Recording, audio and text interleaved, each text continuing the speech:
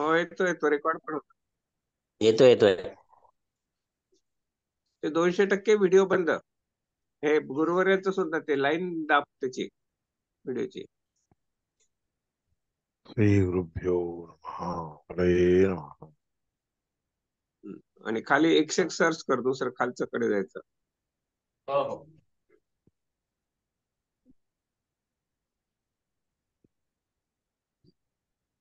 आणि त्याच्यावर जाऊ का? नाही. हा, जा ना, जा, हे झालं. हे झालं हे झालं.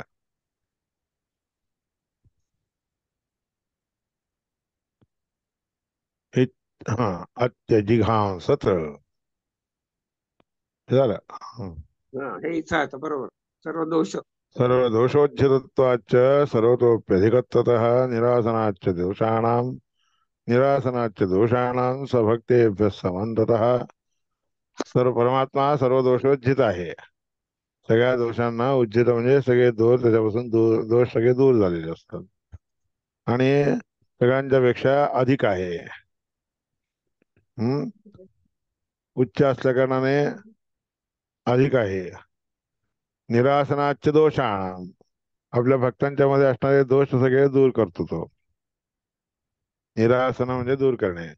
दोष भक्तांच्याकडून असलेले सगळे दोष दूर करून टाकणारा. सर्व दोष विरुद्ध हो सर्व दोष विरुद्ध उरु गुण पूर्ण स्वरूपतः तो स्वतः कसा आहे तर सर्व दोष विरुद्ध आहे.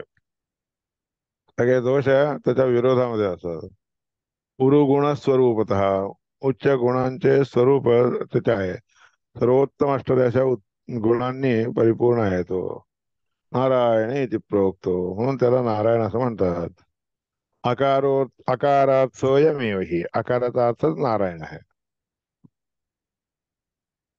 तस्मात अकार बीजेयम विष्णू नारायणाविधा म्हणून अकार हे नारायणाचं विष्णू परमात्म्याचं बीज आहे.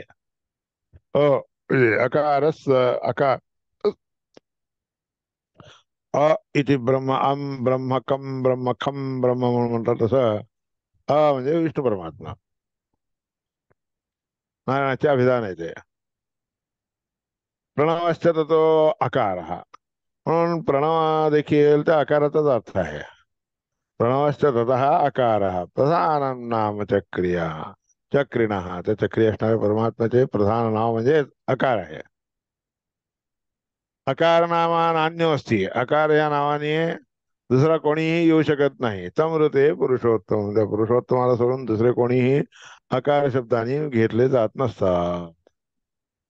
ब्रह्मरुद्रादी नामानी ब्रह्म रुद्र इत्यादिकांचे नाव ब्रह्मादिष्वपी अमुख्यतः ब्रह्मादिकांच्या मध्ये सगळे असतात अमुख्य वृत्तीने असतात.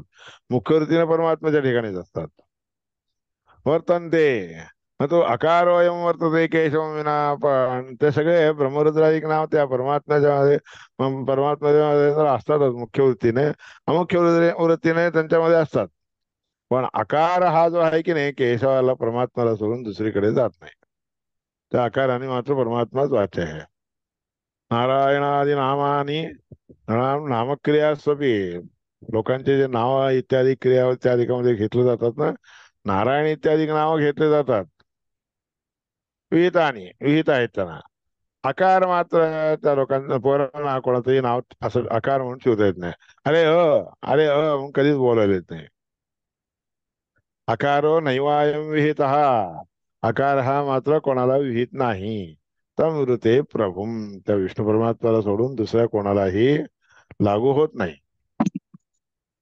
वायुर ब्रह्मापि आकार देवते न तो नामिनो आकाराचे देवता वायू होतो ब्रह्मदेव होतो पण ते देवता नुसते आकाराने वाच्य असतात एवढंच खरं. पूर्ण रीतीने वाच्य नाही. त्याच नावाने त्यांना ओळखलं जातं असं नाहीये. आकार म्हणजे वायू होत नाही. आकार म्हणजे ब्रह्मदेव होत नाही. आकार म्हणजे हे परमात्म्याला नावाने वाच्य आहे. यथा वेदाभिधोन्यो ज्याप्रमाणे वेद या नावाने वेद अभिधा म्हणजे अभिधान घेतलेलं अन्य वेदना वेदांना सोडून दुसऱ्या कोणत्याही म्हणजे स्मृती वगैरे इत्यादी किंवा भाषेला वगैरे वेद असं नाव येऊ शकत नाही. तसंच परमात्म्याला अकार ह्या शब्दाने परमात्माच येतो, दुसरे कोणी येत नाहीत. एवं नामाभिमानी तू, त्याप्रमाणे नावांच्या अभिमानी असणारा वायुदेव वाच्यो जनार्दना. एवं नामानी, नामाभिमानी, सगळ्या नावांचा अभिमानी असणारा वायुदेव देखील होतो बरं का. पण विशेष हे करून सगळ्या नावांचा अभिमानी असणारा जनार्दन आहे. तस्मात अ इति नामे तद विष्णू हो केवलमेवै. म्हणून हे नाव विष्णू परमात्म्याचंच आहे, परमात्म्याला संबंधित आहे असं सांगितलंय. विशेषतो अस्य व्याख्यानम, त्या आकाराचं विशिष्ट प्रकारे असणारं जे व्याख्यान आहे, ते व्याख्यान म्हणजे बृहती सहस्र आहेत. बृहती सहस्र जे म्हणतात ना, ते आकाराचंच व्याख्यान आहे, विशिष्ट आकाराचं विशिष्ट प्रकारचं व्याख्यान आहे. तस्मात प्रीतो भवेत विष्णू, म्हणून त्या बृहती सहस्रनामाने स्तुती केली असताना, प्रार्थना केली असताना परमात्मा प्रसन्न होतो. शंसनादश्च सर्वदा, म्हणून बृहती सहस्रनामाची प्रशंसा केली म्हणजे, किंवा बृहती सहस्रनामाने प्रशंसा केली असताना विष्णू परमात्मा प्रसन्न होतो. तस्मात यज्ञेपि वा संशेत, म्हणून यज्ञामध्ये देखील प्रशंसा करावी, बृहती सहस्रनामाने स्तुती करावी. अयज्ञेपी, यज्ञ नाही जरी केलं तरी देखील, नुसतं प्रशंसा केली तरी, एकांतामध्ये परमात्माचं हे बृहती सहस्रनामाची प्रशंसा केली तरी देखील परमात्मा प्रसन्न होतो. तस्मात यज्ञेपि वा संशयेत अयज्ञेपि रहा. म्हणजे यज्ञ नसताना देखील केलं तरी देखील परमात्म्याचे प्रशंसा केली असताना, बृहती सहस्रनामाने प्रशंसा केली असताना, ते नुसती प्रशंसा करण्याच्या ऐवजी ज्ञात्वा नारायणं देवम, विष्णू परमात्म्याला नारायणाचं ध्यान करून प्रशंसा करावी. विष्णूवर अन्नम हे तत्परम, कारण सर्वश्रेष्ठ असणारं ते अन्न आहे, ते विष्णू परमात्म्याचं भोज्य पदार्थ आहे, खायचा पदार्थ आहे, म्हणून ब्रह्मचारामध्ये सांगितलेलं आहे.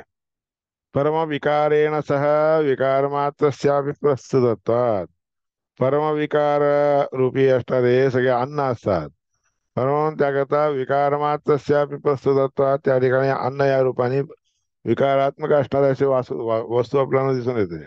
पण तसं नाही. तर येतात पंचविधमपि इति परामर्श, ते सगळे 5 प्रकारचं आहे म्हणून सांगितलं गेलेलं आहे.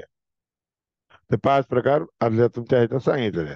स्वराणा नियमो यत्र, सगळ्या स्वरांचा हा नियम आहे. ऋचय ऋचय यत्र ही ऋच, ऋचो म्हणून आहे, ही ऋचः. स्वराणां नियमः यत्र ही ऋचो नाम एव ताः स्मृतः, म्हणून स्वरांचा हा नियम असल्या कारणाने ऋचः, खरं सांगायचं म्हणजे ऋचः म्हणतात. स्वरांचा हा नियम आहे म्हणून ऋचः. सर्वाः, म्हणून त्यांना सगळ्या वेदमंत्राला म्हणजे ऋग्वेद मंत्राला जे आहे ऋचः म्हणतात. अन्या मिताक्षरा या असतो, कमी अक्षराने युक्त असणारे जे आहेत ते सगळे गाथा, त्याला गाथा म्हणतात, म्हणजे गद्यात्मक असणारे गाथा म्हणतात. यास्तु ता गाथा इति परिकीर्तितः, गाथा हा परिकीर्तनः, त्याला गाथा म्हणून म्हणतात. खंडवाक्यानि कुंभ्या स्युः, अरसा स्युः असमानानि परस्परम, असमानी परस्परम. खंडवाक्य जे असतात की नाही, त्याला म्हणतात कुंभ्य, कुंभी, ते तिकडं तिकडं थांबणारे, कुंभी, कुंभ्याः हे थांबणारे. खंडवाक्य सगळे कसे असतात, कुठं पाहिजे तिथं थांबतात. पण ऋचा मात्र तसं नाही, कुठं पाहिजे तिथं थांबत नाहीत. ऋचांत पोषमास्ते पुपुष्वान म्हणून सांगितलेलं याच्याप्रमाणे ऋचा मात्र कुठं थांबायचे नसतात. बाकीचे सगळे कुंभी म्हणतात, कुंभी. असमानी परस्परम, ह्याला त्याला दोन्ही समान रीतीने सांगितलेलं नसतात ते कधी. हे वेगळं तो वेगळा, हा शब्द वेगळा तो शब्द वेगळा. यज्ञांगम यजुरुद्दिष्टम, यज्ञाचा अंग म्हणजे यजुर्वेद आहे. निगदम वाक्य मात्रकम, निगदात्मक गद्यात्मक असणारं, नुसतं वाक्यात्मक असणारं असं यजुर्वेद असतो बरं का. इत्यादी शब्द निर्णय, हे सगळं शब्द निर्णयामध्ये सांगितलेलं आहे. अकारार्थत्वान् नकारस्य, अकारार्थत्वान् नकारस्य क किंचन, नकारस्य क किंचिन मूलमिव. अकारार्थत्वान् नकारस्य, नकाराचा अकारार्थ आकाराचाच अर्थ न देखील आहे बरं का. क किंचिन्मूलमिव, त्या नकाराचाच क म्हणून जे आहे की नाही, किंचिन्मूलकम, काहीतरी कारण असल्या कारणाने, काहीतरी कारण असल्या कारणाने न होऊन जात ते मूलमिव. म्हणून न ह्या शब्दाचा ह्या पदाचा अक्षराचा अर्थ आकारच आहे, न नाही म्हणून सांगण्यासाठी आणि काहीतरी थोडेपणा म्हणून दाखवण्यासारखं इव ह्या अर्थाने देखील नकार वापरला जातो बरं का. इव म्हणजे जसे, रिझेम्बलिंग, जस्ट लाईक असं म्हणण्यासाठी, त्या अर्थासाठी देखील नकार वापरला जातो.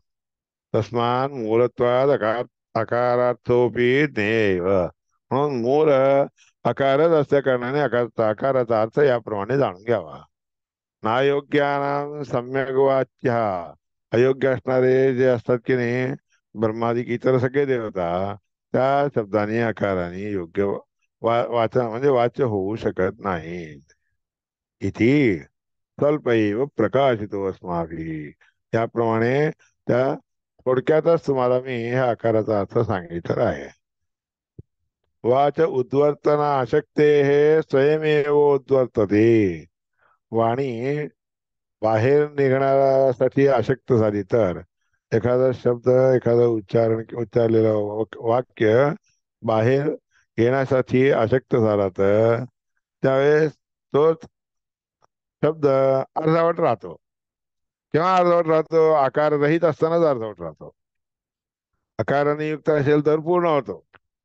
यदि देवता स्वीकरोति तर आत्मन्या पद्धती, जे काही इतर देवता देखील आकाराने वाच्य आहेत असं म्हणतात, ते दुसरे कोणी नाही आहे. त्या देवतांच्या ऐवजी परमात्माच त्या ठिकाणी घेतला जातो. तस्मात द्रव्यदानं दान ज्ञानदानं काले पात्राद्यानुसारेण एव करूयात. म्हणून दुसऱ्या देवतांचं उच्चारण करताना देखील आकार त्याच्यामध्ये मिसळला असला तरच त्या देवतांचे नाव पूर्ण होऊ शकते. आणि ते पूर्ण केव्हा होतं? आत्म परमात्माचा अर्थ जाणून घेऊन त्या शब्दांनी म्हणजे त्या शब्दांनी देवतांचे नाव घेतलं तर पूर्ण होतं. म्हणून द्रव्य ज्ञान, ज्ञान यज्ञ, काही जे काही दान द्यायचं असेल ते सगळे सत्पात्री द्यावे लागतात बरं का. सत्पात्रामध्ये हे द्यावे लागतात. अकारस्य ओंकारता तू अकारलोपेनैव जाता इति सत्यम ओंकार. अकाराच्या मध्ये ओंकार म्हणून म्हणतात की नाही, त्या ओंकाराच्या आतमध्ये असणारा आकार तो लोप झाला तरच ओ होत. आकाराचा लोप होऊन जातो तिथं. लोप होतो म्हणजे काय? न दिसायला यासारखं होऊन जातो ओम मधला आकार. सत्यम ओंकार हा म्हणून तो ओंकार होतो. अकारस्य आदौ स्थितत्वेन, अकार पहिल्यांदा असल्या कारणाने त्या यथार्थ रूपत्वात, त्याचा यथार्थ रूप काय आहे हे दिसून येत नाही.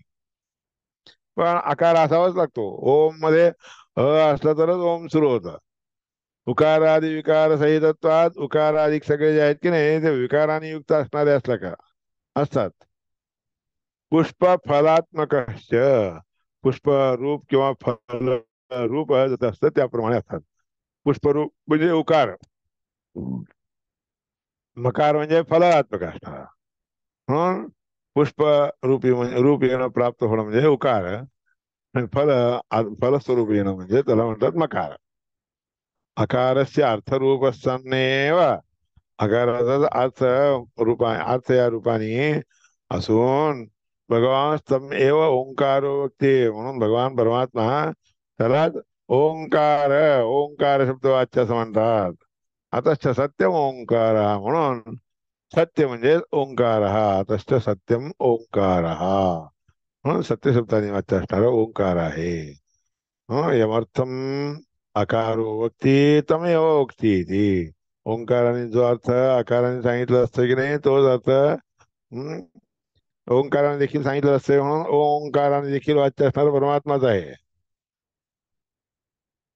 नकार असतो अशिरस्कत्वात, नकार हे शिर नसलेलं असं असल्या कारणाने, शिर म्हणजे मस्तकाच्या आकाराचा नकार नकाराचा अर्थ येऊ शकत नाही.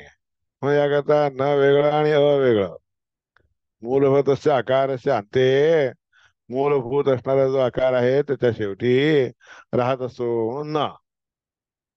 मूलभूतस्य आकारस्य अंते स्थितिरूपत्वात अयथा स्थिते, त्या अर्थाने राहत नसतं पण असते. त्याकरता असत्य रूपी असणारा नकार आहे. न म्हणजे काय? असत्य रूपी नाही या अर्थाने. नाही म्हणजे काय? जे तुम्ही सांगायला जाता ते नाही म्हणजे काय? ते तुम्ही जे सांगत आहात ते असत्य आहे असा अर्थ. त्या अर्थाने देखील न वापरलं. तथापि अकारस्यच्या एकार्थत्वात, अकाराच्या बरोबर एकच अर्थ म्हणजे त्याचाच अर्थ दाखवतात म्हणून मूलभूत असणाराचा आकार आहे. तस्मात मूलभूतस्य, तस्मात अकारस्य एतत्. हे सगळे आकाराचेच रूप आहे. तथा वाघादिकम अपि व्याख्यानम. वाघ इत्यादी सगळे त्या आकाराला सोडलं तर कोणतेच व्याख्यान करू शकत नाही. त्या सगळ्या शब्दांनी काही व्याख्यान केली जात नाही. आकार असेल तरच व्याख्यान केलं. तस्मात विजानत सर्वमपि भगवान नामैव. म्हणून विचार करायला गेला असताना, जाणायला गेला असताना सगळ्याच्या सगळं भगवान नामैव, भगवंताचेच नाव आहे असं समजून घ्यावं. अकाराने युक्त असणारे सगळे शब्द आहेत, सगळे अक्षर आहेत, याकरता भगवंताचेच नाव आहे म्हणून. तद्वा इदं बृहती सहस्रम संपन्नम. खरं सांगायचं म्हणजे हे बृहती सहस्र अशा रीतीने संपन्न झालेले आहे. तर त्या बृहती सहस्रामुळे तद यशः, कीर्ती मिळते. तर इंद्र, हा त्या कीर्तीमुळेच इंद्र झालेला आहे. तर भूतानाम अधिपती, सगळ्या प्राण्यांचा अधिपती झालेला आहे इंद्र. च य एवमेतद इंद्रम एतमिंद्रम भूतानाम अधिपतिम वेद. जो कोणी याप्रमाणे इंद्र रूपी असणाऱ्या त्या इंद्रामध्ये राहणाऱ्या परमात्म्याला भूतांचा अधिपती असं म्हणून जातो. विस्रसा हैव अस्मात् लोकात, विस्रसा एव अस्मात् लोकात. विस्रस्त होतो, विस्रस्त होतो म्हणजे सगळ्या संसारापासून दूर होतो, विरत होतो. आणि खरं सांगायचं विरत होऊन या लोकापासून मुक्त मरून नंतर मेल्यानंतर उत्तम लोकाला जातो. एती उत्कृष्ट लोकाला जातो. इतिहासमाह महिदास ऐतरेय. त्याप्रमाणे महिदास ऐतरेयाने सांगितलेलं आहे. हे ऐतरेयाने सांगितलं आहे आता उपनिषदात सांगितलं. विद्यांतरोपदेशार्थम तद्वा इदं बृहती सहस्रम इति पुनः पुनः हा परामर्श. दुसरी विद्या ह्याच्यामध्ये ती उपदेश करण्याच्या आधी सगळ्या विद्या बृहती सहस्रनामामध्ये संपन्न होतात. बृहती सहस्रनामाच्या पाठाने संपन्न होतात. म्हणून पुन्हा पुन्हा ते दाखवून देण्यासाठी परामर्श केलेला आहे. तदिदं बृहती सहस्रम, ते हे बृहती सहस्र जे आहे तद यशः, त्या परमात्म्याची कीर्ती गायन करत असते. नारायणस्य यशः, तस्य नारायणस्य यशः. हे बृहती सहस्रनाम म्हणजे काय? त्याच्याने परमात्म्याची कीर्ती सांगितली जाते. प्रशंसित केली जाते म्हणजे प्रशंसा केली जात असते. यश नारायणस्य एतद यशः, ज्या नारायण परमात्म्याचे हे यश आहे, कीर्ती आहे. तर भगवान एव इंद्र नाम, हा तोच परमात्मा इंद्रामध्ये राहून इंद्र या नावाने वाच्य असतो. सही यत प्रथमतः इंद्रो बहुव. तो प्रथमतः पहिला प्रथम इंद्र जो झाला ते कशाने झाला? नारायणाच्या कीर्तीचं चिंतन केल्यामुळे झालेला आहे. स्वेच्छया यज्ञ नामा, पण यज्ञ नाम मात्र स्वतःच्या इच्छेनेच परमात्मा ठेवून घेतो.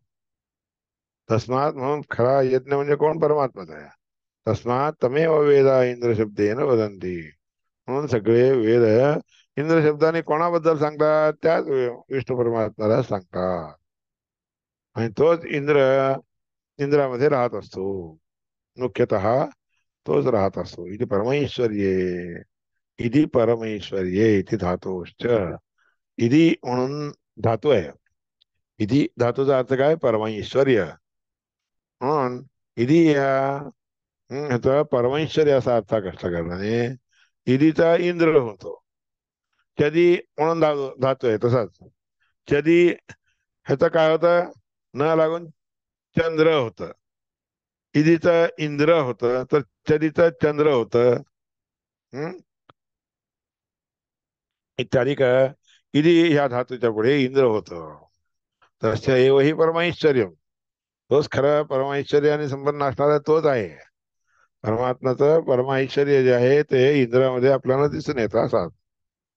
अन्येषां तु द्वादशानां, बाकीचे जे 10-12 आहेत की नाही, ते न दत्तमेव इंद्रत्व न तो मुख्यतः. म्हणून एकूण 14 इंद्र असतात. त्यापैकी यज्ञ स्वयंभू म्हणून बाकीचे सगळे म्हणजे इंद्र आहेत फक्त 2 जण विष्णू परमात्मा स्वतः इंद्र झालेले असतात. बाकीचे सगळे 12 जे आहेत की नाही, 12 जण, 14 पैकी 2 जण, 2 म्हणजे साक्षात तापस नावाचा इंद्र, तो तापस नावाच्या मनवंतरामध्ये असणारा इंद्र देखील तो एकच परमात्माच असतो. त्यानंतर अजून एका ठिकाणी परमात्मा जे आहे इंद्र शब्दाने वाच्य आहे. तो कोण? स्वयंभू म्हणून. म्हणून अन्येषांत द्वादशानांतेन दत्तमेव इंद्रत्व न तो मुख्यतः. तर परमात्म्याने त्या बाकी सगळ्या 12 लोकांना इंद्र पद म्हणजे इंद्र हे अभिधान दिलेलं आहे, परमात्म्यानेच दिलेलं आहे. पण मुख्यतः ते वाच्य नाही आहे. तो विष्णावेव इंद्र शब्दम प्रयुंक्ते श्रुती. म्हणून विष्णू परमात्म्याच्या ठिकाणीच इंद्र हे शब्द, ह्या इंद्र ह्या शब्दांचा प्रयोग वेदांच्या द्वारे केला गेलेला आहे. मच्छी सोमम वरुणम मच्छी मित्रम मच्छी इंद्रम इंदो होमान विष्णू. म्हणून वेदामध्ये एक सांगितलंय, मच्छी सोमम वरुणम.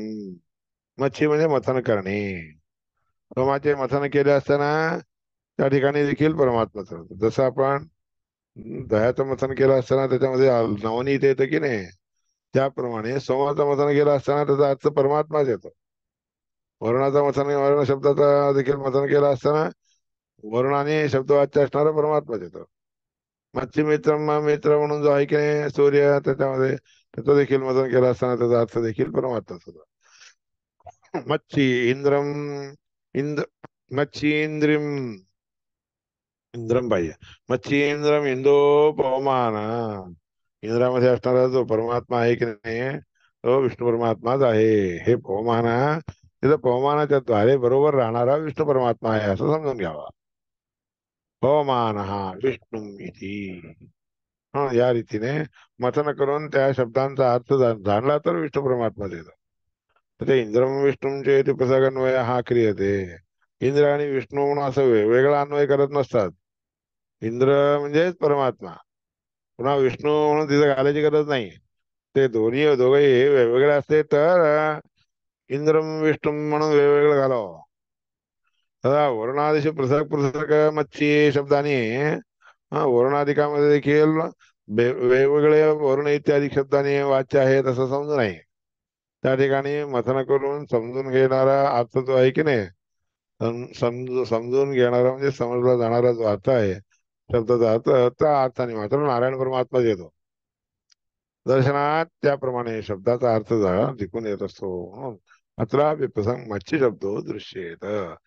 म्हणून या ठिकाणी मच्छी शब्दाने देखील वेगळा अर्थ दाखवला गेला. नाही सर्वेषां प्रसंग मच्छी शब्द ना सगळ्या लोकांच्या मध्ये मच्छी शब्दाप्रमाणे जसं विष्णू परमात्मा वाच्य आहे, तसं सगळ्या शब्दाने विष्णू परमात्माच वाच्य आहे असं समजून नाही. एकस्यैव अन्यथात्वं युज्यते. एकच अन्यथा रूपाने मग तसं दिसून येतो, मग दुसऱ्या अर्थाने देखील दिसून येतो. म्हणजे अत्र द्वित्वगमनम चकारादिकम विद्यते. याचा अर्थ द्वित्व म्हणजे की नाही, तर चकाराधिकाने द्वित्व म्हणजे दोघांचा अर्थ काढायला जाऊ नये. तस्मात् प्रातर्भगम, म्हणूनच प्रातर्भगम पूषणम ब्रह्मणस्पतीम इत्यादी. प्रातर्भगम पूषणम ब्रह्मणस्पतीम म्हणून सकाळी उठल्याबरोबर भगाचे चिंतन करावे, पुरुषाचे चिंतन करावे, ब्रह्मणस्पतीचे चिंतन करावे म्हणून सांगितलं नाही ना. त्याचा भग म्हणजे हे सूर्याचे जे अवतार रूप आहे, म्हणजे सूर्याचे जे प्रकार आहेत की नाही, ते सगळ्या प्रकाराने परमात्माच आहे असं समजून घ्यावा. भग म्हणजे भग चिन्हाने युक्त असणारा, ऐश्वर्यादी समस्त चिन्हाने पूर्ण असणाऱ्याला भग म्हणतात. पोषण सगळ्यांना पोषण करतो म्हणून या का पोषण देतो, या करता अन्नपानादी रूपाचं पोषण करून देतो, खाऊ पिऊ घालतो म्हणून पूषा. ब्रह्मणस्पती सगळ्या लोकांचा अधिपती असल्या कारणाने ब्रह्मस्पती इत्यादी इत्यादी हे सगळे अभि एकच विष्णू विशेष. एकट्या विष्णू परमात्म्याचेच विशेषण आहेत. यत्र च एवं यत्र च एवं भूतेषु एकत्वे विरोधो दृश्यते. ज्या ठिकाणी अशा रीतीने असणाऱ्यांच्या मध्ये विरोध आपल्याला दिसून येतो तिथं ते तत्र तेने विरोधेन त्रित्वं भवति. त्या परमात्म्याशी विरोध असतो. परमात्म्याचा अर्थ जो तुम्ही काढायला जाता तो दुसऱ्यांच्या अर्थाने काढला तर तसं चालत नाही. परमात्मा पर असणारा असा अर्थ काढावा लागतो. त्याचा विरोध असणारा असा अर्थ परमात्मा पर काढायला येत नाही, घेता येत नाही म्हणून सांगितलं. अन्यथा एकत्वमेव, नाहीतर सगळं एकच आहे असं. ब्रह्म काय विष्णू काय अमुके काय ते सगळे एकच असतात मग असा आपल्या बुद्धीमध्ये येऊ शकतं, तसं म्हणता येत नाही. यो देवानां, कारण शास्त्र सांगतंय यो देवानां नाम एकैव. सगळ्या देवांच्या सगळ्या नावाने जो मुख्यतः वाच्य आहे तो एकटाच आहे परमात्मा. बहुरूपत्वात बहुवचन, बहुरूपी परमात्मा सगळ्यांना बहुवचन सांगितलेलं आहे. देवानाम म्हणून बहुवचन सांगितलं ना. त्याकरता बहुरूपी आहे परमात्मा म्हणून विष्णू परमात्मा त्या त्या शब्दाने सगळ्या शब्दाने वाच्य होतो हे योग्य होतं. तस्मान मुख्यतो विष्णावेव इंद्रादी शब्दा, म्हणून मुख्यतः विष्णू परमात्म्याच्या ठिकाणी सगळे इंद्रादी शब्द लागू होतात. इतर देवतांना उपचारतः उपचारासाठी, उपचार करण्यासाठी म्हणून काहीतरी पाहिजे की नाव, म्हणून ते नाव असतं. मच्छी महान इंद्रम इंदो मदाय इत्यन्य अन्येन्द्रश्च पृथक उक्तेश्च मच्छीन्द्रम इंदो पवमान इति पूर्वोक्त इंद्रो विष्णुदेव इति सिद्धम. मच्छी, मच्छी शब्दाचा अर्थ महाम, महाम म्हणजे महत्व. इंद्र, इंद्रामध्ये महत्व आणून देणारा. मच्छी महाम, महाम इंद्रो, इंदो चंद्रामध्ये देखील महत्व आणून देणारा म्हणून इंदू. ऐश्वर्य देखील महत्व असणारा असल्या कारणाने इंद्र. मदायत्य मदाय मदायेत्यन्येन्द्रस्य, मदाय मध्ये मदन वगैरे मद देणारा, गर्व देणारा म्हणून ह्या अर्थाने इंद्राधिकामध्ये येतं. परमात्म्यामध्ये असं मद देणारा वगैरे नसतं, म्हणून ते सगळं मद देणारा जो आहे इंद्र. पण ऐश्वर्याधिकाने संपन्न असणारा म्हणजे परमात्माच आहे. म्हणून स्वाधिष्ठया मधिष्ठया म्हणून असे पवमानामध्ये पहिला मंत्र जे आहे तिथं सांगितलंय. स्वादिष्ट असणारा असं जे परमात्माचं महत्व आहे की नाही ते परमात्माच. मदोन्मत्त करणारा अशा प्रकारचं जे परमात्म्याच्या मध्ये सोमामध्ये हे आहे की नाही महत्व, ते इंद्राला किंवा चंद्राधिकांना संबोधित आहे सांगितलं. तसं उक्ते इंद्रबिंदो पवमाने, ती पवमान पंचसूक्तामध्ये सांगितलेलं आहे. पूर्वोक्त इंद्रो विष्णुदेव इति सिद्धम, म्हणून सगळ्या शब्दांनी पहिल्यांदा सांगितलेला विष्णू परमात्माच घ्यावा असं सिद्ध होतं. महत्वंच तस्य आदिती पुत्रत्वेन, मग तो महान असणारा असा आहे हे आदितीचा मुलगा झालेला आहे ना. त्या आदितीच्या मुलांच्या मध्ये अग्रजत्व मात्रम, त्याच्यामध्ये सगळ्या 12 आदितीच्या मुलापैकी श्रेष्ठ कोण आहे तर वामनच आहे. त्याचं सामर्थ्यता बरं, नुसतं सामर्थ्यामुळेच नाही, पूज्य असणारा असा म्हणून 12वा जो आहे की नाही तोच पूज्य म्हणून मानला जातो. महापूजायाम इथे धातू पूज्यो ही अग्रजो होती. सगळ्या 12च्या 12 मुलांना बसवलं असताना, आदितीच्या 12च्या 12 मुलांना बसवलं असताना 12वा जो आहे की नाही उपेंद्र ते वामन, तो सगळ्या इतर देवतांच्या पेक्षाही जास्त पूज्य असतो म्हणून याकरता तो श्रेष्ठ म्हणून मानला.